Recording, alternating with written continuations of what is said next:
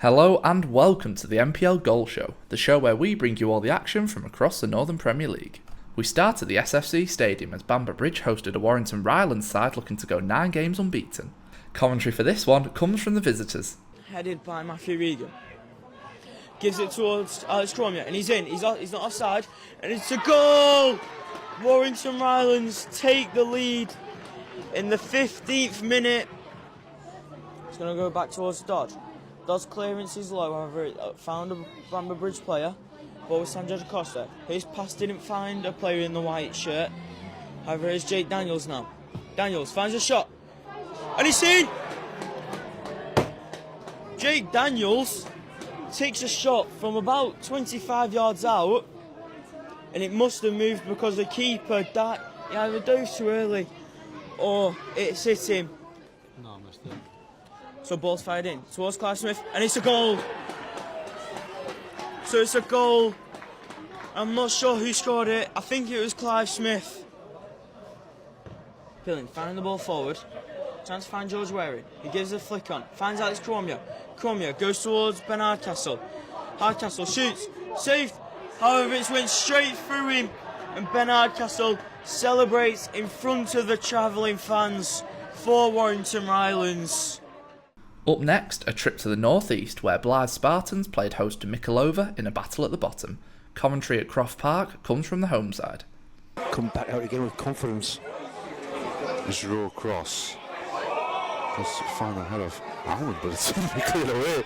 And Mickleover on the counter with Dales. Dales to Edwards. Edwards shot. Oh, it's out there to Mickleover. And for all of the possession that Blythe had, the chances that Blythe had, they find themselves 1-0 down again here at Croft Park. So it will be a free kick. Still in Mickleover's half, and they take it quickly. This is Holvey cross to Giroud. Throw 10. Giroud does really well, and it's a brilliant goal! And so Giroud has scored here at Croft Park. It's an early goal. Less than 2 minutes in the second half. He's picked it up and driving down the left-hand side. It's a brilliant ball to Aiken. Aiken in space. Aiken shot. Aiken goal! It's 2-1 goal! It's Charlie Aiken, and it's a brilliant finish from the substitutes. On to Hyde United, who welcomed Worksop Town to the Project Solar Stadium. Both sides started the weekend in the top half, and it was Hyde who struck first with 25 minutes gone. Joel Amado turning the ball home from close range.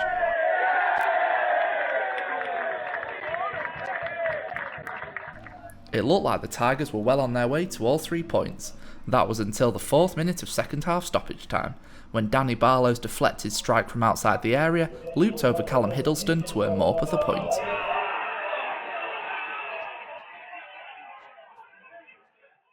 The Giant Axe is our next stop for a meeting between Lancaster City and Hebburn Town. Hebburn were hoping to keep pace with the top 5, and they took the lead with 10 minutes gone through Amar Purewell.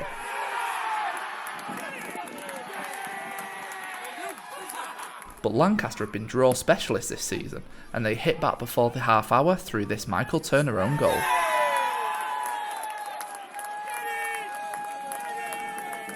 Purewell was at the double for the visitors shortly after, this his 17th of the season in all competitions to restore their advantage.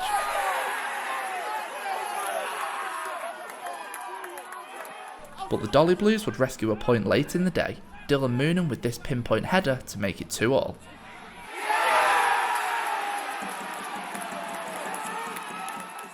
On to league leaders Macclesfield, who welcomed Basford United to the Leasing.com stadium. Commentary for this one comes from the home side. Paul Dawson carries it a long way, gets into trouble but does clear. He's done better than that actually. He's found a lovely lofted ball to Etaluku, up against his man again. Etaluku cuts inside, good block by Anderson on Etaluku's shot. Falls to Mendy in midfield. Now square to Rooney, might think about a shot here on his right foot. Instead feeds one into Elliott. Elliott looking for Duffy. Duffy with the effort. Duffy with the goal. The deadlock is broken. And Luke Duffy does it again. A trip to the Proctor Card Stadium next, as Matlock Town hosted FC United of Manchester. This was a meeting of two teams looking up rather than down the division after their respective managerial appointments. and it was Ryan Creswell's Gladiators who drew first blood. Montel Gibson on target after a defensive mix-up.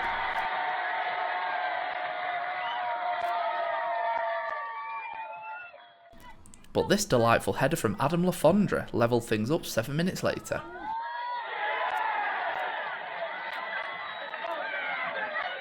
With the first half drawing to a close, Matlock loanee Josh Smith slammed the ball home from close range.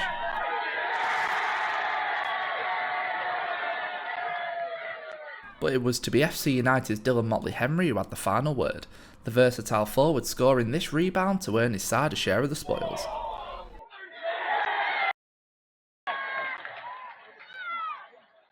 We head to Hope Street, where Prescott Cables faced an Ashton United side looking to record their 5th win in a row.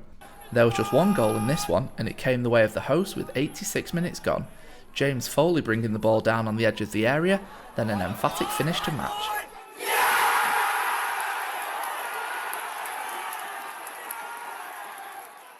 Back to the northeast we go, as Stockton Town played host to Gainsborough Trinity. No game for Ilston Town meant Stockton had the chance to close the gap to the top 5, but it was Gainsborough who took the lead through Javel Clark with 7 minutes gone.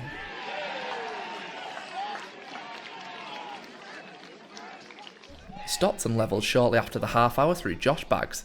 This his first goal for the club, just under a year to the day since joining.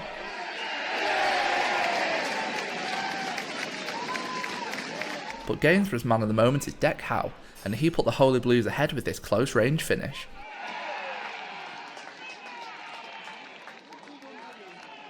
Goal number 2 for Howe and 3 for Gainsborough came 9 minutes from time.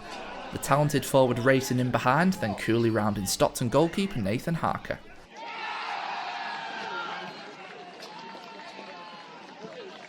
And although Tom Coulthard pulled one back for Stockton 5 minutes later, it would be the visitors who hung on for all 3 points.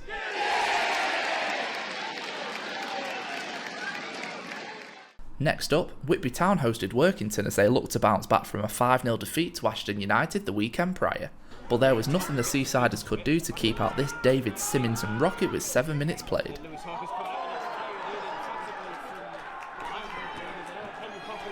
The Reds were looking to make it back-to-back wins after a recent 6-game winless run, and they made it 2-0 shortly after half-time, Kai Nugent heading home across from the left.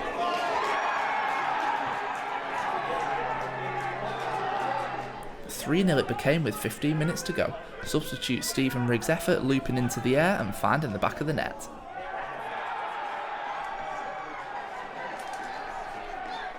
A late consolation for Whitby came the way of Matty Timon, but it wasn't enough to stop Workington from completing a league double over their opponents.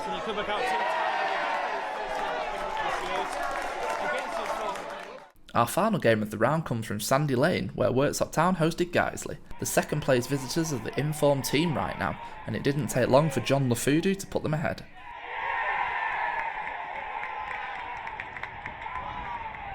Worksop have also been flying high this season, and Joe Leasley levelled for the Tigers 8 minutes before half-time.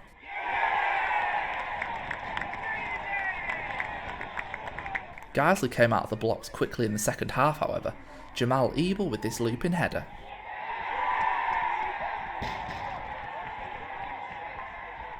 LeBrun and Becker gave them a 2-goal cushion, his shot finding a way past Tommy Taylor.